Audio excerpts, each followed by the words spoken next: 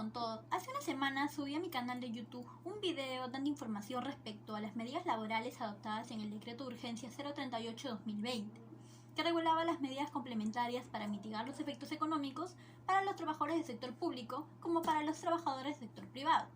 El día de hoy este video tiene como finalidad dar a conocer las precisiones y algunas críticas respecto al reglamento expedido en el día de ayer en el Diario Oficial del Peruano de este mismo decreto, recaído en el Decreto Supremo 011-2020.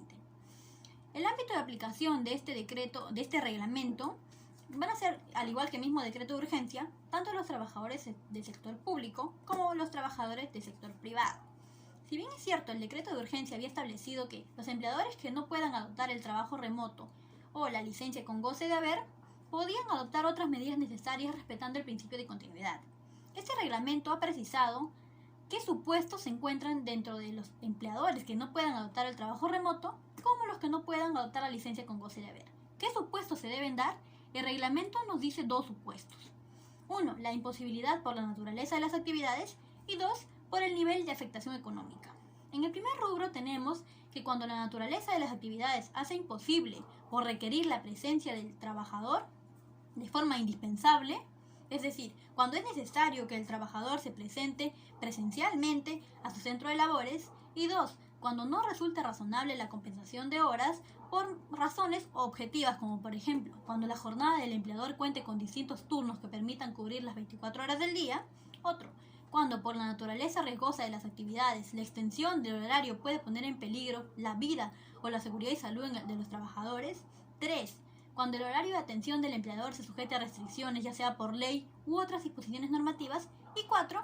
Otras que escapen al control de las partes. En el segundo rubro, por el nivel de afectación económica, tenemos tanto para actividades permitidas como para actividades no permitidas. Acá este reglamento ha sido un poco criticado debido a que ha establecido limitaciones matemáticas o ha dado que los empleadores tiendan a aplicar esa fórmula matemática que en sentido general quiere indicar que se debe dividir el total del número de trabajadores sobre las ventas producidas por el empleador por mes. Obviamente esas fórmulas y este decreto de urgencia se los voy a dejar en la información. También el reglamento ha indicado que cuando los empleadores no puedan adoptar el trabajo remoto o la licencia con goce de haber, deben adoptar o pueden adoptar otras medidas. ¿Cuáles son esas otras medidas? El reglamento ha indicado que estas medidas pueden ser 1. Las vacaciones adquiridas. 2.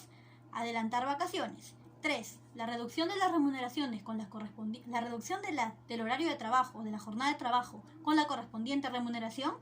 4. La reducción de la remuneración sin que se vea inferior a una remuneración mínima vital. Y 5. Otras medidas respetando el decreto de urgencia 038-2020.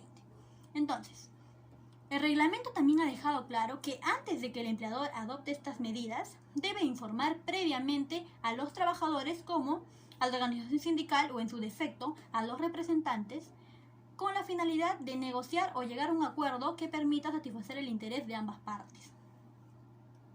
También indica que estas medidas en ningún caso deben afectar los derechos fundamentales, tales como la libertad sindical o el trato discriminatorio. Para dejar claro también que el decreto de urgencia facultaba a los empleadores que puedan aplicar la suspensión perfecta, es decir, la licencia sin goce de haber a los trabajadores. Dejar claro que esta medida es la última ratio. Así lo ha querido dejar claro tanto el decreto de urgencia como su reglamento. Es decir, para ordenarnos, si el empleador no puede aplicar el trabajo remoto o la licencia con goce de haber, o por último no puede aplicar otra de las medidas establecidas tales como vacaciones o reducción de remuneraciones, recién ahí puede aplicar la licencia sin goce de haber, es decir, la suspensión perfecta. Esto es la última ratio. El procedimiento del mismo es el mismo que estableció en el decreto de urgencia, que los empleadores deben remitir a la autoridad administrativa de trabajo, que la verificación posterior debe ser luego de los 30 días hábiles de presentada la comunicación, de que la autoridad administrativa de trabajo debe emitir una resolución dentro de los 7 días hábiles y en caso no le expida, se toma como un silencio administrativo positivo. La innovación de este reglamento en todo caso ha sido de que la fiscalización posterior debe abarcar como mínimo 20 de las comunicaciones presentadas a la autoridad administrativa de trabajo. Se entiende de que el sentido de esta medida es de que se aplica un rango de eficiencia que debe satisfacer la autoridad administrativa de trabajo, es decir, SUNAFIL en este caso.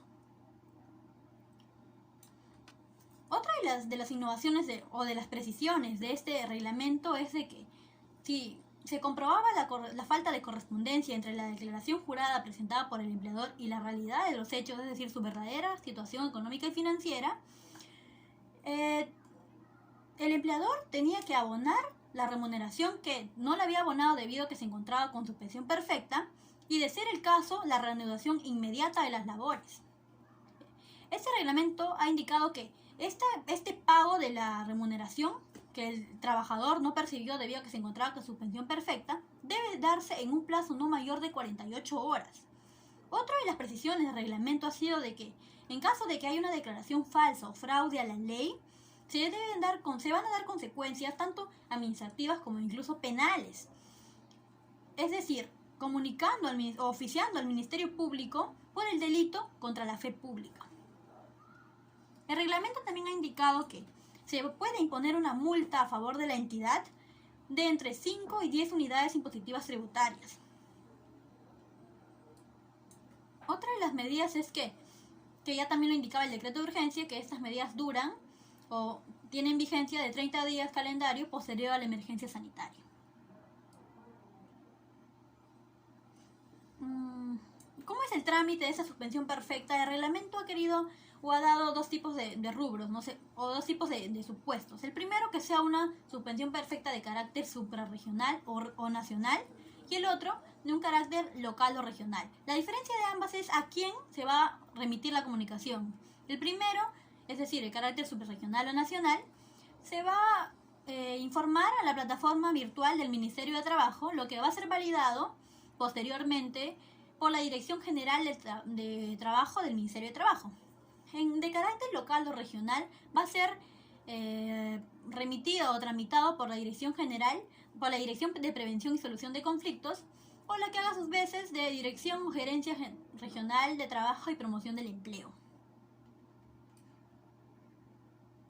Los empleadores que quieran aplicar o que quieran aplicar la medida de suspensión perfecta deben necesariamente que comunicar a los trabajadores afectados como a sus organizaciones o a sus representantes elegidos. Deben enviarles vía remota una comunicación de que van a sujetarse a esta medida de suspensión perfecta. Luego de esto, el procedimiento es que una vez que los empleadores han comunicado a los trabajadores afectados como a sus representantes de la medida de suspensión perfecta que piensa tomar, va a ser esto remitido vía remota a la Autoridad Administrativa de Trabajo. Una vez que la Autoridad Administrativa de Trabajo recibe la comunicación del empleador, dentro de las 48 horas va a tener que solicitar la actuación de inspectiva de verificación de SUNAFIL. Otra de las medidas importantes de este reglamento es respecto a la suspensión perfecta. Los trabajadores que se encuentran con suspensión perfecta y que se regulan bajo la ley CTS y que puedan retirar hasta una remuneración bruta mensual. ¿Cuál es el trámite o el procedimiento? Es el siguiente. El trabajador debe hacer su solicitud de retiro. Luego, la entidad financiera, mediante la plataforma virtual que habilite el Ministerio de Trabajo, deberá verificar si el trabajador se encuentra dentro de la medida de suspensión perfecta. Una vez realizado esto, posterior a los 2 días hábiles, la entidad financiera va a tener que transferir el dinero al trabajador. También nos indica que el monto disponible de la CTS, ¿cómo se deberá computar el monto disponible de la remuneración mínima vital? En un primer supuesto, se considera la última remuneración mensual percibida por el trabajador antes de la fecha de inicio de suspensión perfecta. Esto es para los trabajadores que ganen una remuneración periódica, ¿no? Que no varíe mucho su remuneración mensual. Y otro de los supuestos es el cálculo para los comisionistas o para los destajeros, ¿no? Los trabajadores que trabajan por comisiones o trabajadores a destajo. Esto deberá ser calculado para el primer supuesto, los trabajadores que laboren más de 6 meses, se deberá sacar el promedio de estos últimos 6 meses. Y el segundo supuesto, para los trabajadores que laboren menos de 6 meses, se deberá sacar el promedio mensual de lo percibido en dicho periodo. Luego de realizado ese cálculo, recién se podrá identificar cuál es el monto de CTS equivalente a una remuneración bruta que deberá retirar o que puede retirar el trabajador.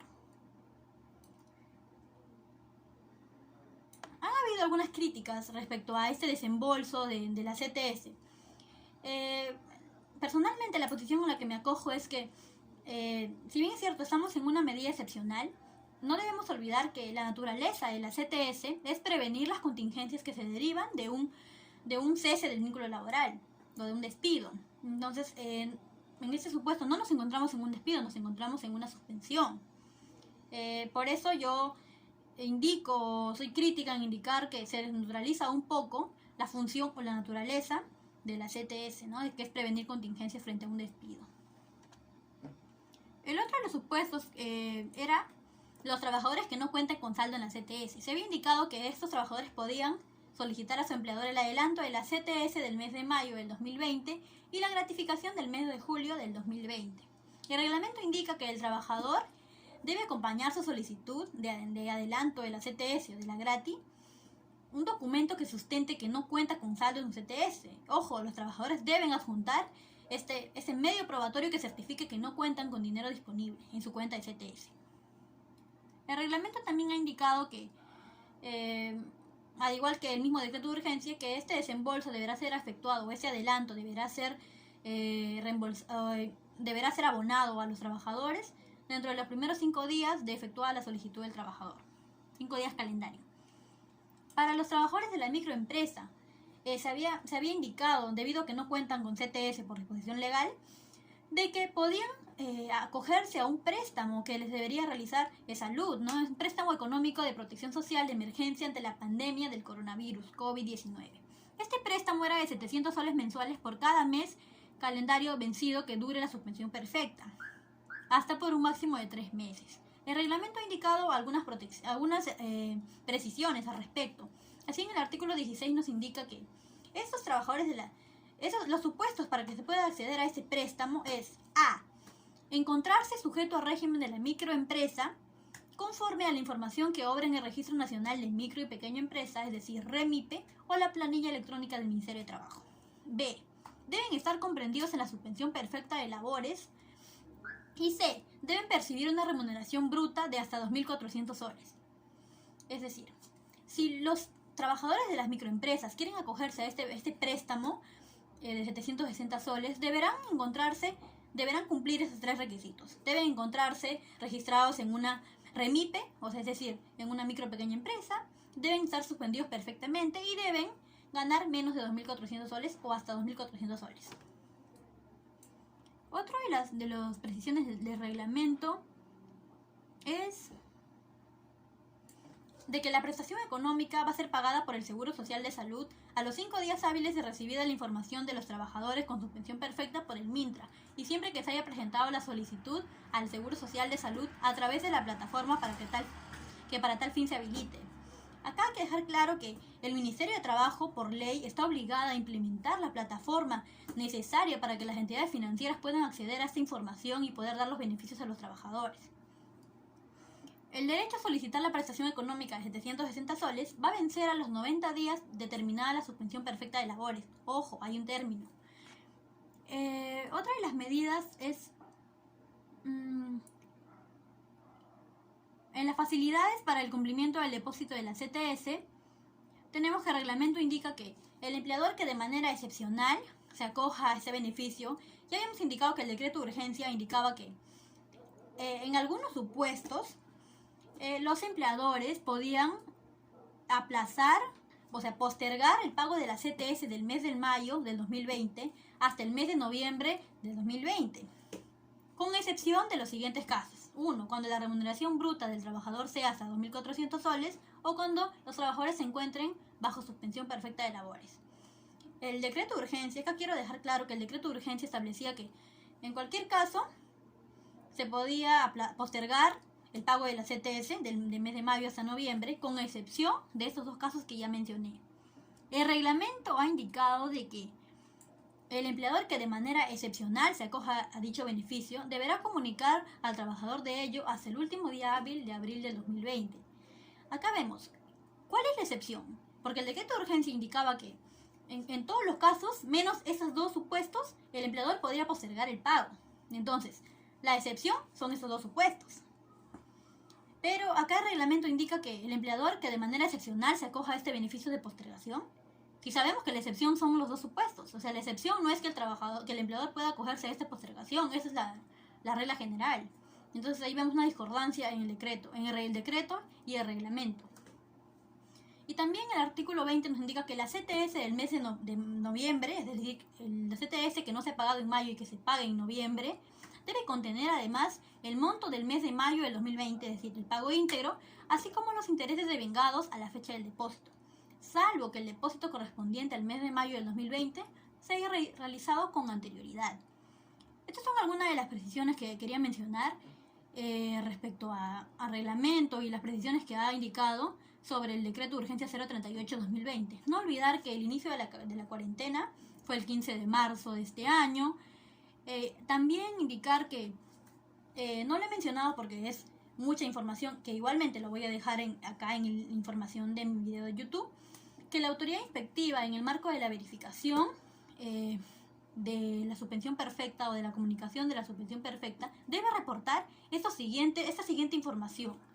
Nos dice que debe indicar la información del empleador sobre la naturaleza de sus actividades, los formularios de planilla electrónica, y lo que más me ha llamado la atención es de que la autoridad inspectiva de trabajo está en la obligación de presentar en su informe la información del empleador sobre el acceso y destino de los subsidios de origen público otorgados en el marco de la emergencia sanitaria.